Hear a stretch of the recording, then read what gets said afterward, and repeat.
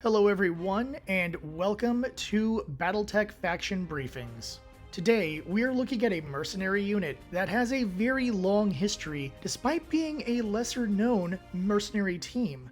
The lack of notoriety comes from a lack of fiction. They are very skilled warriors, but really horrible accountants. Today, we are looking at the underrated Bad Dream mercenaries. The mercenaries began as a Capellan unit with a shield emblem with a stripe and 2 markings.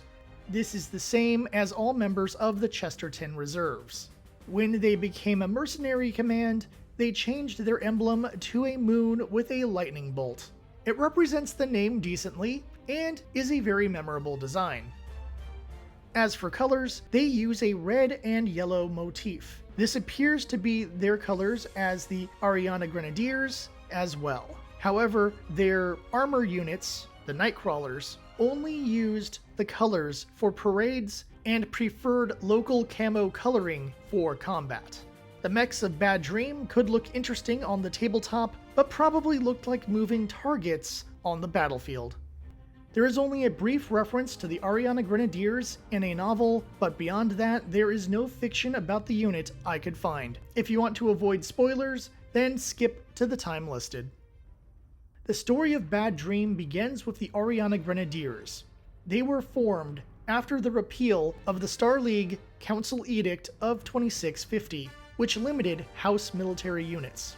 The unit came together around 2752 by combining Home Guard soldiers from the Tikhonov region with soldiers from the Chesterton worlds. This made them an experienced unit upon their creation. The first outing of the Ariana Grenadiers was in the defense of Halorn V from the Federated Suns in 2761. By 2765, they were a respected member of the Chesterton Reserves due to their combat skill. Due to changing borders, the Federated Suns considered the Ariana Grenadiers to be rebels and demanded they be returned for court-martial. In response, the Grenadiers captured the planet of Demeter from the Federated Suns. They also defended the border from several Fed Suns raids.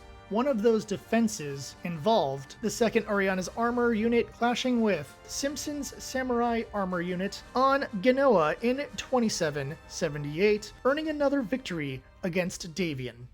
The most famous victory of Ariana's Grenadiers was their battle against a Davian outpost on New Florence in 2787. The battles took a heavy toll on the team, but they captured Davian dropships, and their victory was celebrated in the holodrama Charge of No Return.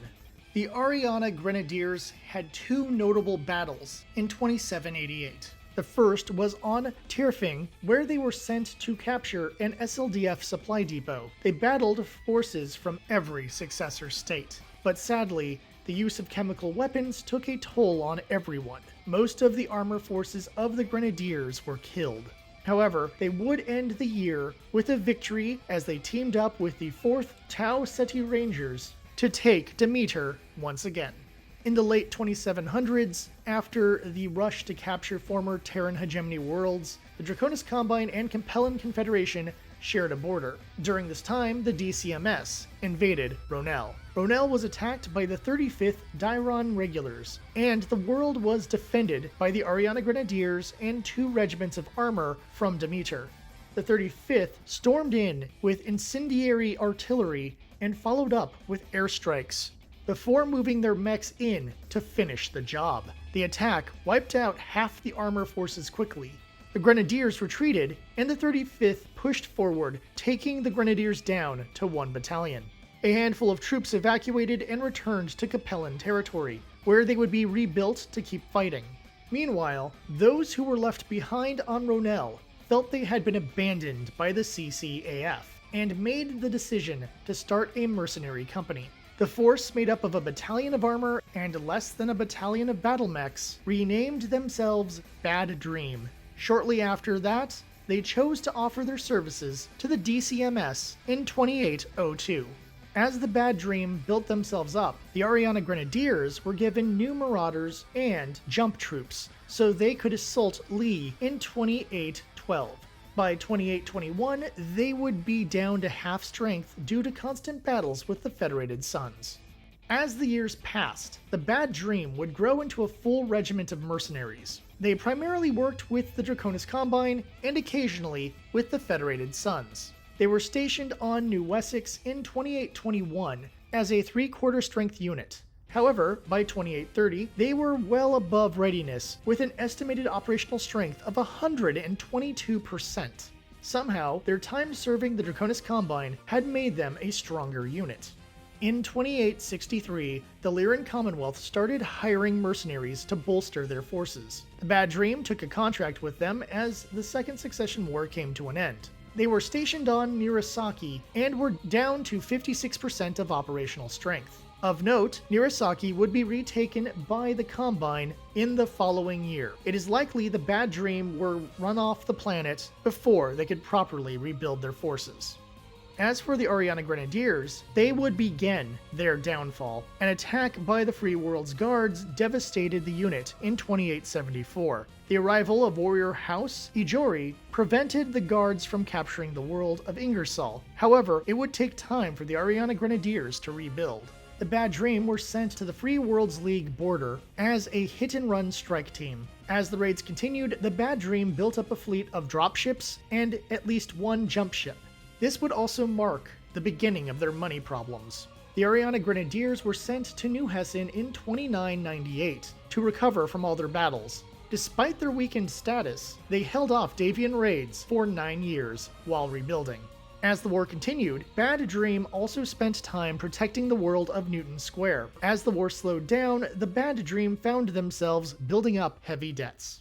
As the Fourth Succession War began, the early attacks of the Federated Sons would end the Ariana Grenadiers in 3028. They would fall in a failed defense of Tikhonov, a pathetic ending for the once glorious unit. However, their mercenary kindred had a much better time during the war.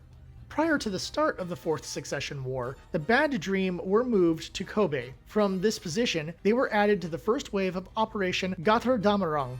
The Bad Dream successfully took Heiligendaruss in that first wave. After that, they were sent to Günzburg with the Mobile Fire Mercenaries. The world of Günzburg was defended by the 22nd Rasselhag Regulars. The battle dragged on for 2 months before Colonel Quinton Moore came up with a plan to entrap the Regulars.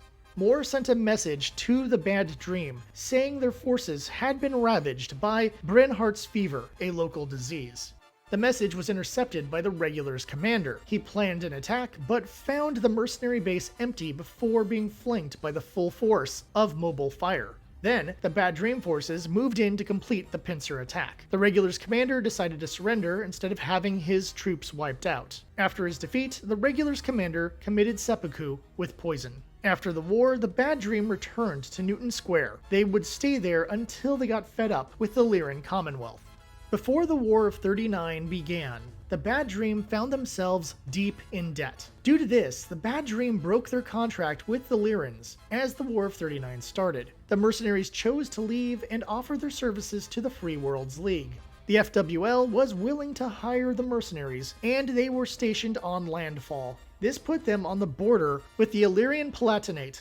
This new contract helped them recover financially for a time. The drawback to a mostly eventless garrison assignment is that the squad got weaker by having no way to hone their skills. Worse yet, their standards and training also was below average by 3048. As the years passed, Bad Dream was also set to protect Kendall in addition to landfall. They kept the factories safe on Kendall from periphery pirate raids. The Bad Dream was able to upgrade and expand their forces by 3054. In 3059, the Bad Dream were still on garrison duty. This kept them out of the Chaos March and the difficulties that marked the end of the clan invasion era. Big problems came in 3062. The Mercenary Review and Bonding Commission had a case brought to them by the Lyran Alliance. As it turned out, Bad Dream owed quite a bit of money to the Lyrans. The MRBC sided with the Lyrans and ordered the Bad Dream to cover their past debts. In order to pay their debts, the Bad Dream had to sell off their aerospace fighters, jump ship, and all but one dropship. While they were still functional, the Bad Dream was in a tight spot due to their loss of equipment. By 3067, the Bad Dream had recovered somewhat, and were boasting new mechs with Star League-era equipment and even some Omni-mechs. Their operational capabilities were set at 105% of standard. Sadly, this would not last too long. The Bad Dream continued their contract with the Free Worlds League as the Word of Blake War broke out. Even after Thomas Merrick was removed from power, the mercenaries kept their contract with the Free Worlds League. By 3070, as chaos erupted in the Inner Sphere, the Bad Dream were focused on holding off pirate raids and attacks by the Mirian hegemony. The defense of the Brooks Inc. factory on Kendall cost the Bad Dream a company of mechs. However, outside interests helped finance the rebuilding of Bad Dream. It was suspected they were funded by the Word of Blake, but there is no proof of it. Troubles continued to mount as many soldiers abandoned Bad Dream in 3071. The Armor Forces and 2 companies of mechs left the unit to seek greater fortunes. These defecting soldiers would form their own mercenary command, the Nightcrawlers. Colonel Bortman believed that this was due to philosophical differences, but it is more likely that Bortman's failed leadership led to some of his best troops leaving. Sadly, the Nightcrawlers would not last long as a mercenary unit. In 3072, the Word of Blake attacked Galatea and killed many of the mercenaries stationed there. This included the Nightcrawlers. To add insult to injury, Colonel Bortman gloated upon hearing about the deaths of those who had left the Bad Dream. The reduced strength of Bad Dream was made worse by the Mirian hegemony attacking Kendall in 3077. This battle forced the government to deploy atomic weapons to drive the hegemony forces back to landfall. Their defeat led the Bad Dream into getting into a fight with the government over compensation. However, they held their post on Kendall, including working alongside the 10th Merrick Militia to hold off another hegemony raid in 3079. After the battle, the Bad Dream took what remained of their forces and left Kendall. They took up a contract with the Rim Commonality region of the disintegrating Free Worlds League. The Commonality government needed defenders and hired the remains of Bad Dream quickly. The Bad Dream were sent to garrison the world of Lesnovo. They would be teamed up with elements of the 4th Merrick Militia to defend the world from pirates. The 2 weak units worked as defenders of the world with no major battles occurring at that time. Finally, in 3080, Colonel Bortman was forced to sell off many of the unit's assets to the Rim Commonality to pay off more of the mercenary unit's debts. As their gear went on sale, the Bad Dream mercenaries were officially disbanded. The various mechs and some of the Bad Dream staff would help create the 2nd Rim Commonality Guards. The Guards would be made up of new recruits and various mercenaries from other broken units. It would be a sloppy unit at first, but former co-commander of the Chaos Irregulars, Ariel Peregrine Simpson, took command and tried to shape up the unit. When the Rim Commonality returned to the Free Worlds League, the Guards became part of the FWLM and remained strong as of 3145.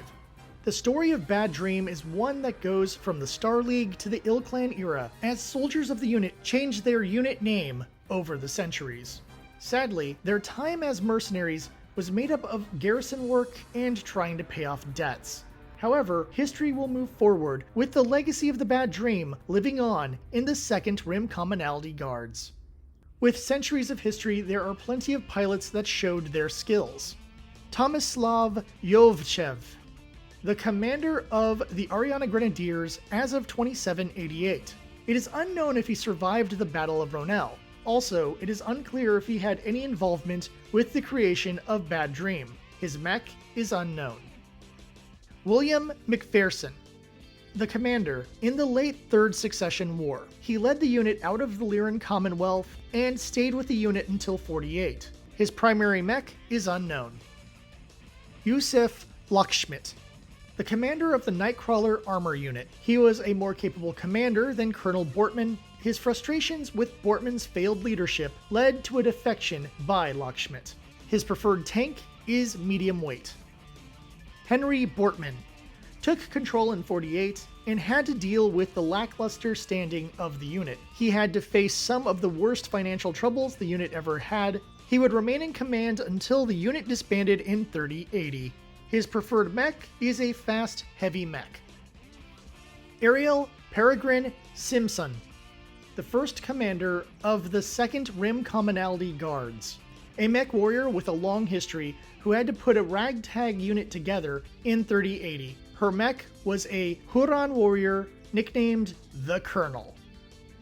The Bad Dream have been around for a long time, and choosing mechs for the unit gets complicated. In the early days, they would have many Capellan mechs, but their time in the Rim Commonwealth and Free Worlds League feature quite a bit of spending, so their mech options are expansive. They are a traditionally medium weight unit with some light and heavy mechs. Their command lance is made up of fast heavy mechs that can keep up with the lighter units and armor. They also had heavy arrow fighters as support, until they sold them off in 3062. They would not get new fighter support until they became part of the 2nd Rim Commonality Guards. In the 3050s and onward, the Nightcrawler armored unit was the best trained and did much of the work. They used overrun tactics to disorient the enemy so the less experienced mech warriors could functionally fight. The Bad Dream tried to revise their tactics in the 3070s, but it didn't change their low standards by that much. Also, the loss of their armor made them a very stripped down unit during the Ward of Blake War. There are many options for building the unit due to the Bad Dream having advanced tech while serving the Free Worlds League. Just bear in mind their limitations during specific time periods. There is no fiction based on Bad Dream, but the Ariana Grenadiers are briefly referenced in Warrior Riposte, the second part of the Warrior trilogy. On the other hand, there are plenty of sourcebook entries for various versions of this unit. However, many entries are short with location or unit condition information only. Still, there is information on all 3 versions of this unit. This video has been a long time coming. I stumbled across Bad Dream when I was going through my faction sourcebooks and saw the name. When I started the research, I was surprised at how extensive their history actually is. As a bonus, this was my first dip into the deep pool that is the lore of the Chesterton Reserves.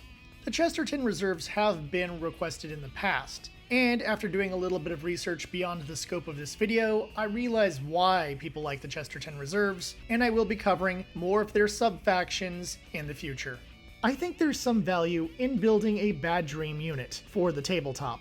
While the 3030 and onward eras aren't great for them, they do have use in all 4 Succession Wars. More than that, the Ariana Grenadiers also work well for early Succession War matches. They might not be for everyone, but the red and yellow color combination could make some slick looking mechs.